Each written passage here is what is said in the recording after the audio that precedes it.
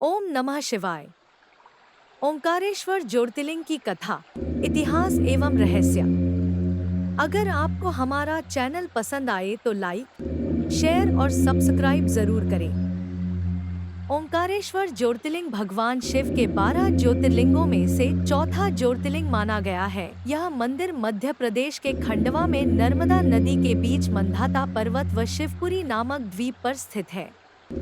यहाँ पर मंधाता नामक राजा ने शिव की घोर तपस्या करके प्रसन्न किया था और जन कल्याण हेतु यहाँ पर ज्योतिर्लिंग के रूप में विराजित होने का आग्रह किया था। इन्हीं के नाम पर इसका नाम मंधाता पर्वत रखा गया है। ओंकारेश्वर ज्योतिर्लिंग दो रूपों में विभक्त है, जिसमें ओंकारेश्वर और ममलेश्वर शामिल है। शिव पुराण में ओंकारेश्वर ज्योतिर्लिंग को परमेश्वर लिंग भी कहा जाता है। यहाँ भगवान शिव के ज्योतिर्लिंग स्वरूप की पूजा होती है और भगवान शिव की विधान से पूजा करने से शिवजी प्रसन्न हो जाते हैं और जीवन के सभी कष्ट दूर कर देते हैं। यहाँ पर नर्मदा नदी ओम के आकार में बहती है। पुराणों में इस तीर्थ स्थल को विशेष महत्व बताया गया है।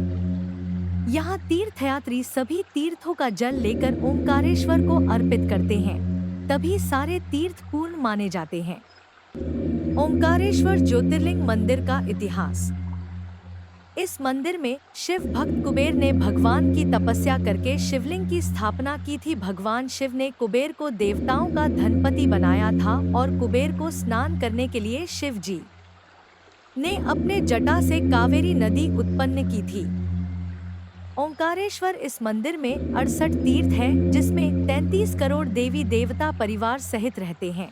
2 ज्योतिर्लिंग सहित 108 शिवलिंग भी हैं। यहाँ भगवान शिव साक्षात प्रकट हुए हैं, इसलिए इन्हें ज्योतिर्लिंग कहा जाता है। और ऐसा कहा जाता है कि यहाँ का तट ओम के आकार का है। यह ज्योतिर्लिंग पंचमुखी है। लोगों का मानना है कि भगवान शिव तीनों लोकों का भ्रमण करके यहाँ विश्राम करते हैं, इसलिए यहाँ रात्रि में भगवान शिव की शयन आरती भी की जाती है।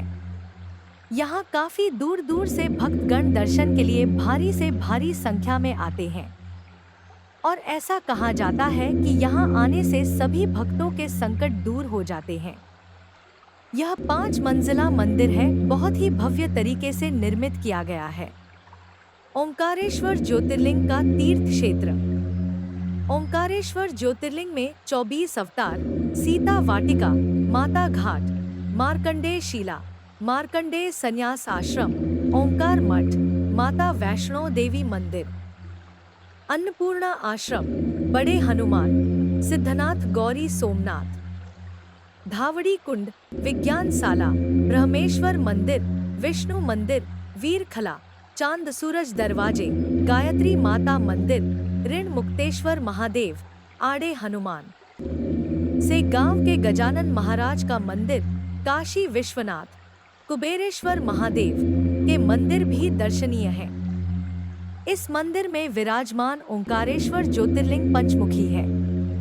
ऐसा कहा जाता है कि भगवान शिव तीनों लोकों का भ्रमण करके यहाँ विश्राम करते हैं। पर्वत पर एक बार भ्रमण करते हुए नारद जी विंध्याचल पहुँचे।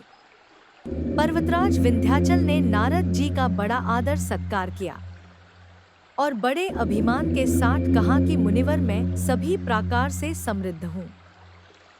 नारद जी विंध्याचल की ऐसी अभिमान भरी बातें सुनकर लंबी सांस खींचने लगे।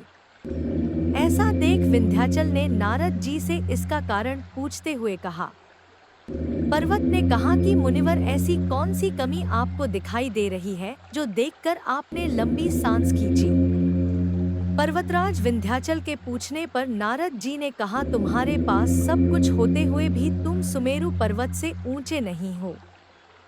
पर्वत ने कहा कि मुनिवर ऐसी कौन सी कमी आपको दिखाई दे रही है जो देखकर आपने लंबी सांस खींची। पर्वतराज विंध्याचल के पूछने पर नारद जी ने कहा, तुम्हारे पास सब कुछ होते हुए भी तुम सुमेरु पर्वत से ऊंचे नहीं हो।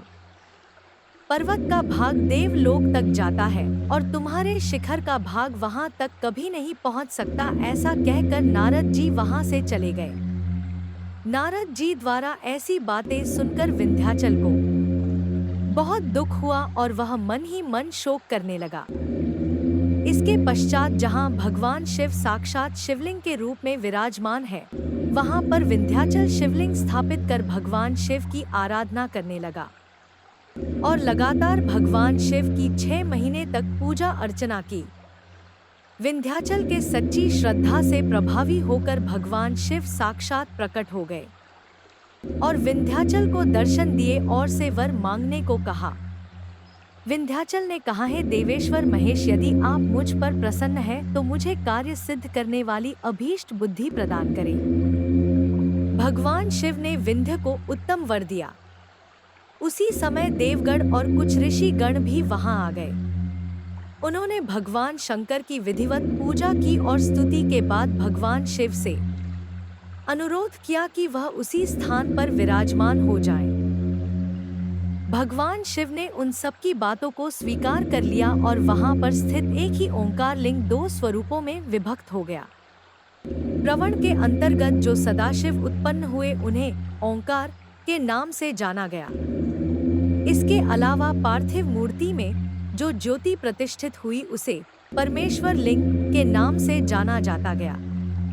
आपको बता दें कि इस परमेश्वर लिंग को ममलेश्वर लिंग भी कहा जाता है। ओंकारेश्वर ज्योतिर्लिंग मंदिर की मान्यता। ओंकारेश्वर तीर्थ नर्मदा क्षेत्र में सर्वश्रेष्ठ माना गया है। शास्त्रे की मान्यता है कि कोई भी तीर्थयात्री चाहे कितने ही तीर्थ भ्रमण कर ले, किंतु जब तक वह ओंकारेश्वर में सभी तीर्थों का जल लाकर यहाँ नहीं चढ़ाता, उसके सारे तीर्थ अधूरे ही होते हैं। ओंकारेश्वर तीर्थ के साथ नर्मदा जी का भी विशेष महत्व है। शास्त्रे की मान्यता है कि जमुना जी में 15 दिन स्नान तथा 7 दिन स्नान करके जो फल प्रदान करता है, इतना पुण्य फल सिर्फ नर्मदा जी के दर्शन मात्र से प्राप्त होता है। ओंकारेश्वर ज्योतिर्लिंग का महत्व। ओंकार मंदिर के भीतर अनेक मंदिर हैं। नर्मदा के दोनों दक्षिण और उत्तरी तट पर मंदिर है। अगर कोई भक्त ओंकारेश्वर क्षेत्र की तीर्थ यात्रा करता है तो उसे केवल ओंकारेश्वर ज्योतिर्लिंग के दर्शन ही नहीं, बल्कि वहां बसे अन्य 24 अवतारों के भी दर्शन करना चाहिए। ओंकारेश्वर की महिमा का उल्लेख पुराणों में शंकर पुराण, शिव पुराण व वायु पुराण में किया जाता है। हिंदुओं में सभी तीर्थों के पश्चात ओंकारेश्वर के दर्शन व पूजन का विशेष महत्व है। तीर्थयात्री सभी तीर्थों का जल लेकर ओंकारेश्वर में अर्पित करते हैं, तभी सारे तीर्थ पूर्ण माने जाते हैं। यहाँ विराजित भगवान शिव के ज्योतिर्लिंग के दर्शन मात्र ही अनेक मनोकामना पूर्ण हो जाती है। ओंकारेश्वर धाम किसी मोक्ष धाम से कम नहीं है। ओम के आकार में बने धाम की परिक्रमा कर लेने से मोक्ष की प्राप्ति होती है।